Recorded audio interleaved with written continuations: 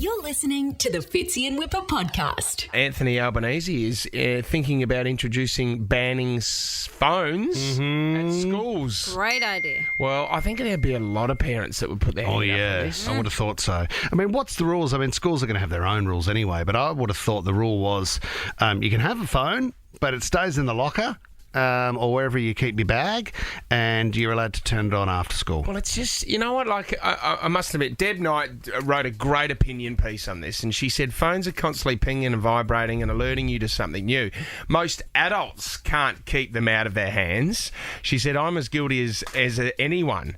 So how can we expect our kids not to be distracted by phones when they're meant to be learning at school? 100%, especially when a lot of the games they play, like Roblox is on phones. Yes. They're all tablet games. So you find yourself watching the kids, and we ban games during the week, so they're allowed to have screen time on the weekend, and that's when they play their games. But it sort of generates this frantic behaviour. So if they don't have it at school, it's not this whole, I've got to check it. I'll rush back to my locker pretending I need something to have a look. Yep. If they're just gone, you just stop thinking about it for that 8 hours. Don't worry about it. Knowing they can't access it. That's right. Do you know what I was thinking the other day? I mean, social media is so big in our world and our job as well, but God, the amount of time you spend on social media and you're looking at the gram or, you know, thanks to TikTok, you're gone for hours, you get lost.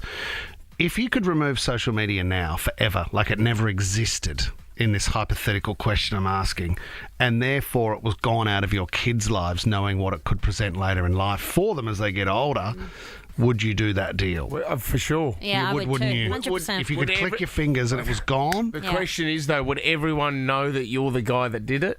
No. Like when No one would know. like when my parents got sugar banned from the school canteen. Did they? Yeah, that went down a tree. That would have gone. You would have been really popular. But if you could wake up tomorrow morning and the alarm goes off using an old normal alarm clock, so it's not flip your phone, whatever it is. Oh no, you've still got your phone. What am I talking about? But social media never existed. I was 100%. Never. Talking to a guy in Balmain yesterday. Probably invent it and make a fortune. And he said he's got a 20-year-old and an 18-year-old daughter, and he said, my biggest hassle, my biggest problem now as a parent is managing their social media. Yeah. Yeah, I And bet. it's not just, he said, look, it's not like I'm on there going, you can't post this or anything like that. He goes, it's just their moods. And it's like, 1 minute they're on top of the world because they've put up a photo with their friends. Next minute, it's the end of the world because they just, everyone's slagging them off on social media. And proven mental health in adults, let alone in teenagers, Yeah, I know. particularly with women, but not isolated to things like Instagram and this whole living and seeing other Yeah. people living their best life and feeling as though you're inadequate. And especially when the brain's developing as well. As a young teenager, you're still growing, and you're taking in and absorbing everything. So negative comments will stick. Totally. This would be a big one for the Prime Minister, I think. I don't think would there be too many parents out there that would say no to this? You wouldn't have thought so. In terms of screens, I said to our teacher, or Ted's teacher last year, I said, I'm thinking about possibly... Wearing a Batman suit and rocking up with Amy Sharp? Yeah, or maybe I'll turn up as an astronaut. What do you think about those ideas for next year? And she loved them. But I said, the kids are thinking about iPads. They want iPads. What do you think? And she said, keep them away from the house for as long as possible. Yeah. Just for as long as possible. Because they're going to come. They're going to turn up. They're going to enter your world.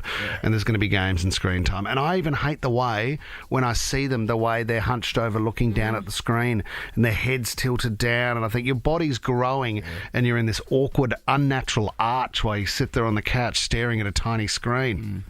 As you're making content with Ed Sheeran's Giant Member. Do you know what I mean? And I'm out For and them to about. have a look at. And I'm going, hey guys, pick up your phones and have a look what Dad's done with a Giant Marble Member.